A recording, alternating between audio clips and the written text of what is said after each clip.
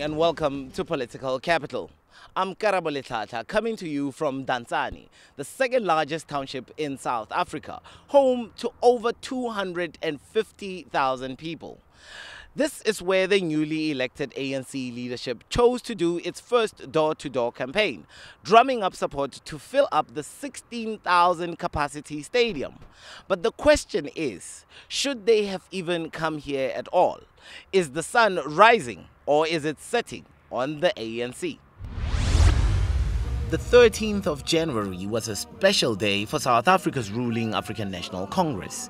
More than 200,000 political activists and party members journeyed to the small seaside town of East London in the Eastern Cape for the occasion.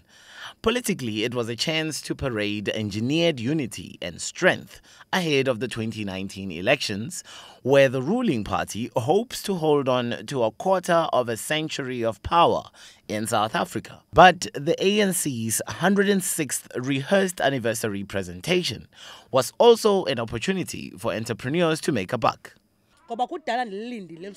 It's been long waiting for this day. The reason for that is I prayed and asked God for good weather so the people could come out in their numbers. This day was good to me because of the weather. Now I have money in my pockets.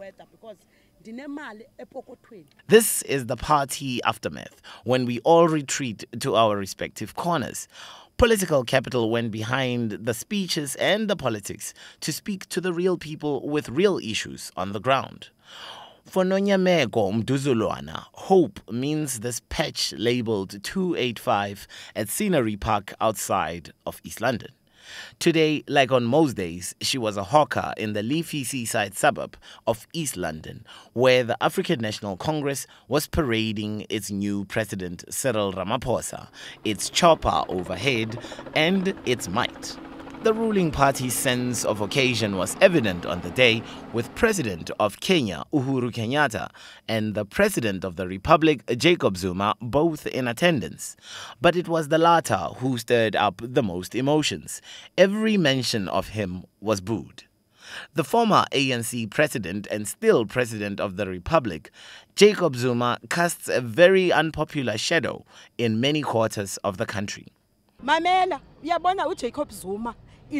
Listen, you see, Jacob Zuma, that old man is the only person that has destroyed and hurt us. We never thought the ANC could be where it is today. African National Congress today. This old man is supposed to have resigned a long time ago, but it's clear he is stubborn. I heard there was an NEC meeting, but I don't know what the outcomes are yet. I hope they axe him. I hope he goes. We are tired of him. Every day it's him and his shenanigans. The African National Congress took a lot of bruises because of his conduct in governance, in fact with his colleagues. It is high time that he must listen to his consciousness, to say, let me meet the African National Congress halfway and do the right thing, besides the ANC taking decisions around this matter. Personally, I think he should go. Seriously, because our country do not need a lot of chaos and drama and everyone being against our president. We need someone that we can look up to and that can lead the whole nation. And these feelings resonate strongly here in Scenery Park as well. Free education. He was refusing with free education when our children were protesting and getting injured. He did nothing about that. Now he sees that he only has 1 year left for his term to end. He's baking Ramaphosa and putting him in shoes that he could never wear himself. Now he comes out to say free education is possible. How? They must fix themselves in that parliament. We plead, we are the ones who put them there. Free education free. Njani eboyisiwe inatsik. Yena makalungise bona parliament. Siyacela bethu nabavotelwa sithi. Here, years of patience have yielded nothing. Money is short and service delivery almost non-existent. One would be forgiven for thinking these are lines to hang your wet laundry to dry. But After waiting more than 15 years, residents of Scenery Park took the power into their own hands. These are illegal electricity connections because they could not wait any longer for government to come and make the difference. More than 300 people here have to share 3 toilets between them, and how South Africa's economy is spread remains a problem for the ANC. And the lack of real change on the ground is making it even tougher for the voters of this party. Services now, when you go to the informal settlement, are very bad. Poor, very poor. We are having 3 toilets here. 1 is not working. Only 2. And even the 2 are not in good condition. The water, we share 1 tap and 1 sink, but they are leaking. Also, we are facing the problem of having snakes.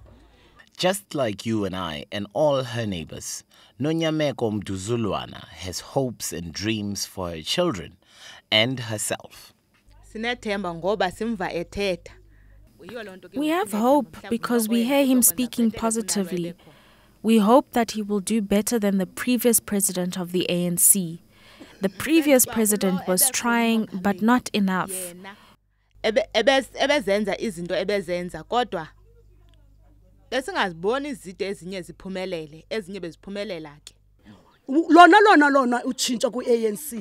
Change in the ANC is there, but it is so small. Those ones in power are greedy. They take the things meant for the poor to themselves. But everywhere in the East London area, the honeymoon period with the newly elected ANC President Cyril Ramaphosa is very much in full swing. And hope is that he will usher in a new and better economic path. Because the president talk of everything that is killing the ANC first and foremost, which is disunity, factionalism, corruption and state capture, which the president has touched on tremendously. I think that was covering a lot. Sifuna uphuhlisa ekuhlaleni. Sihlala mose kwindawo ezinje ngamaqendu kanje. We want development in our communities. We want RDP houses. We live in difficult situations here. When it rains, we sail in water inside our shelters. Dimthembile because Cyril Ramaphosa is already rich. I trust him because he is already wealthy and not looking to loot, but to see other black people develop. That's the person Cyril Ramaphosa is. I will vote for the ANC, but Zuma must go, and in with Cyril. As soon as possible, as soon as last month. Ramaphosa, ukuba angati umntu oneminyaka e-40, at least amniki grant. If Cyril can give 40-year-old grants or old age pension, things would be better. Or better yet, come up with job opportunities. We are poor and suffering. Can Ramaphosa give the youth work, unlike Zuma? And I plead for foreign nationals to come into our country legally. They are killing our kids with drugs. Ndicela ntwinye ifo abantu bangaphandle bakhe bangene ngomthetho eSouth Africa basibulalela abantwana nge-drugs. I think seyisiqhelo ukuthi sibabone xa kusenzeka into ezifana nezi. We are used to seeing them when it comes to times like these, just like the election time. Then afterwards, they disappear.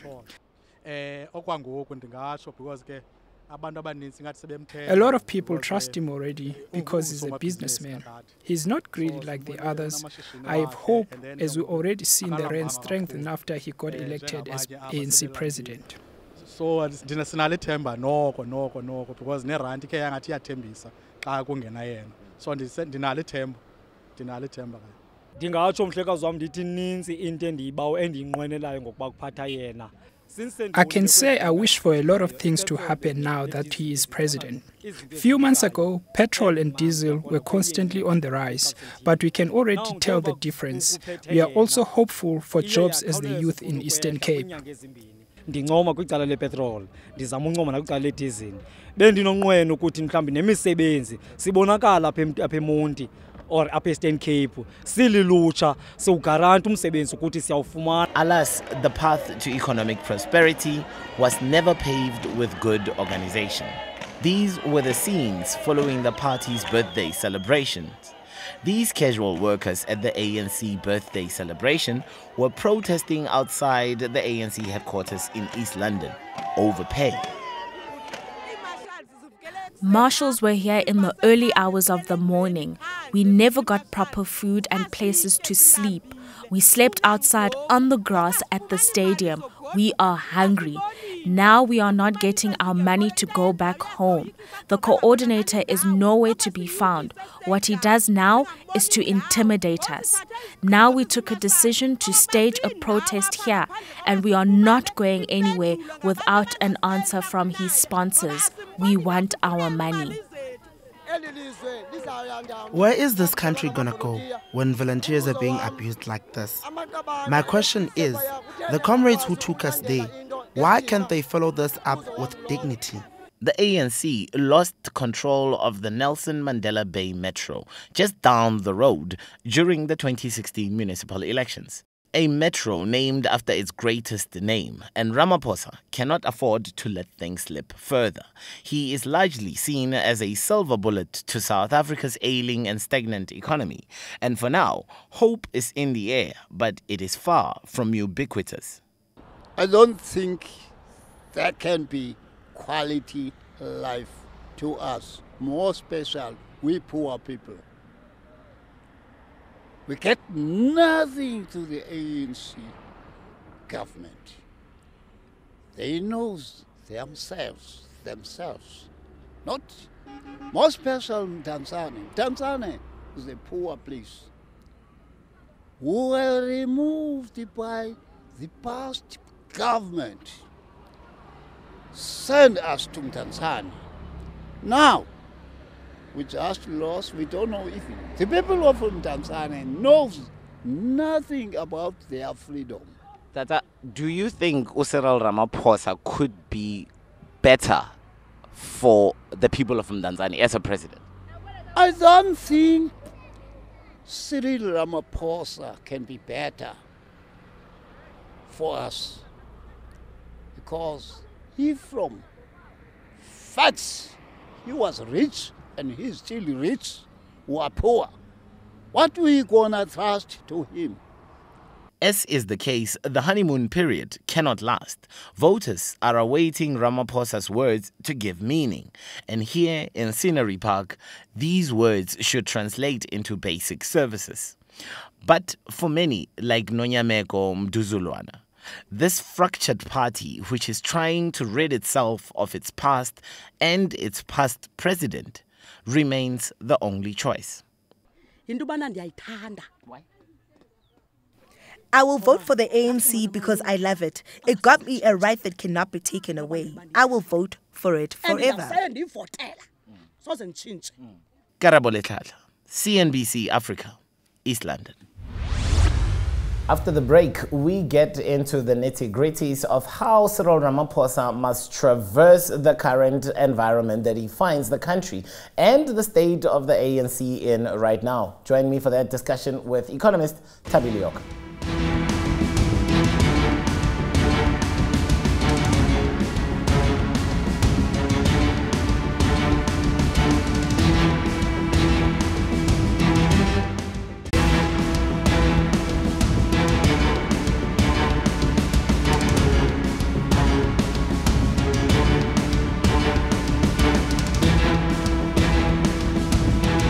Welcome back to Political Capital, because you can't have one without the other. Joining me now to discuss some of the unfolding situation in South Africa is economist Thabi Leoka. Thabi, for your time, I thank you. Let's begin with the announcement that we heard yesterday by the NPA through the Asset Forfeiture Unit that they will be aiming to freeze some of the assets of the Gupta families and, of course, Trillion as a company that was linked to the Gupta family, and also McKinsey. Are you surprised, and would we be here if we didn't have a Cyril Ramaphosa presidency? It did come as a surprise because for many years we have been waiting for the NPA to make a move on the many allegations and cases that went their way, and not just I mean, I know the Reserve Bank and National Treasury has also taken some of its cases to the NPA, and nothing has happened. So it came as a surprise. I think no one had expected it, but it is a pleasant surprise. Has it, do we attach it to the new leadership in the ANC? I think definitely. I don't know to what extent did the ANC President Ramaphosa play a role, a direct role in ensuring that the NPA takes action. But I think that it is telling that all of a sudden, after all these years, we have a new, we have a new president of the ANC, and suddenly the NPA is after McKinsey, Trillion, and the Guptas.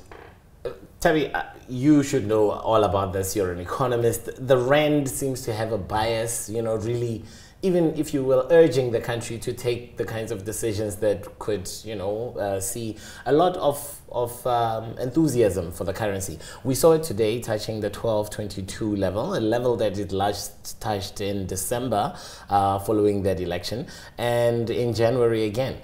Are you encouraged by the Rand movement that we could be at a better, even a better exchange rate with the dollar if we keep taking, or at least are seen to be taking the right moves? Definitely. I mean, we've been saying as economists that the cheapest way to actually stimulate the economy is through confidence, business confidence especially. And we haven't had that for now 2 years. We've had very low business confidence. And I guess the Rand is reacting to the positive news out of the the ANC conference in December. The new leadership does point to a new set of rules. But at the same time, I caution being openly optimistic, because we're still dealing with a lot of the members who were implicated in the state capture report, and also other corruption that is linked to the Guptas and Eskom and some of the other state-owned entities. So I think that it is, we need to be cautiously optimistic. The Rand is very positive, and it just shows you that all we needed to do was do the right thing. I mean, we're not even growing as an economy as we should. We haven't done anything. We haven't even stated that, the World Bank came out a few days ago to say that one of our big problems is political uncertainty. But despite all of that, the Rand remains very strong. So it is a very clear link between how investors view South Africa and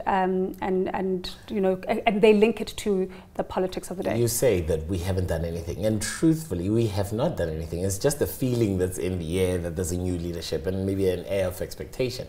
But when you look at all of those things, these nothingness, small bits, will they be enough to deter someone like a Moody's, for instance, from downgrading us following the budget address? Well, it all depends on the outcome of the budget, which is going to be very challenging. I think that Moody's hasn't given us enough time. They mentioned in their statement in early December that they'll give us 3 months. So it doesn't, I don't think in 3 months we will find 50 billion rand that we'll, plug. And this is just not, this is 50 billion rand from a revenue shortfall. This doesn't include the fees and other expenses that we have incurred. Most especially, of course, Eskom is also one of those big items on the ticket. Exactly. So, I'm not very optimistic about the outcome of Moody's. If you had to ask me what is the probability, I think it's a very high probability that we will be downgraded, which will add to a challenge for the new president of the ANC, Ramaphosa. The new president of the ANC wants change, and obviously he needs to see the change stemming from the top. Jacob Zuma has very much been a byword for state capture and collusion with friends in order to take opportunities that are presented through the state, if you will. How important is it that he is out of the picture, at least from the Republic point of view, by the end of Q1, latest Q2? I think the expectation for many of us was that he would be out by January if Cyril Ramaphosa won. And so a few of us are also wondering, okay, he's not out, what are they doing? And you cannot have even though the ANC does say that they can lead with two centers of power. I think it will be very difficult because power is in Luthuli House, and the president is can't operate exclusively from Luthuli House. So basically, in a funny way, Ramaphosa is Zuma's boss, but then Zuma is Ramaphosa's boss when it comes to national government. So I think, you know, I think looking long term, this needs to change. I think the ANC conference needs to come closer to the election so that it doesn't create this uncertainty of a year and a half. And a lot can happen in a year and a half. And I think also Cyril needs to be very decisive earlier on. I think that he should use this period between now and the elections to actually clean up the rot and stamp his authority, but more importantly, to clean up the system. Now, yesterday we saw a sense announcement by the JSE threatening to take Eskom's listed products off the market if they do not release their results by the end of the month.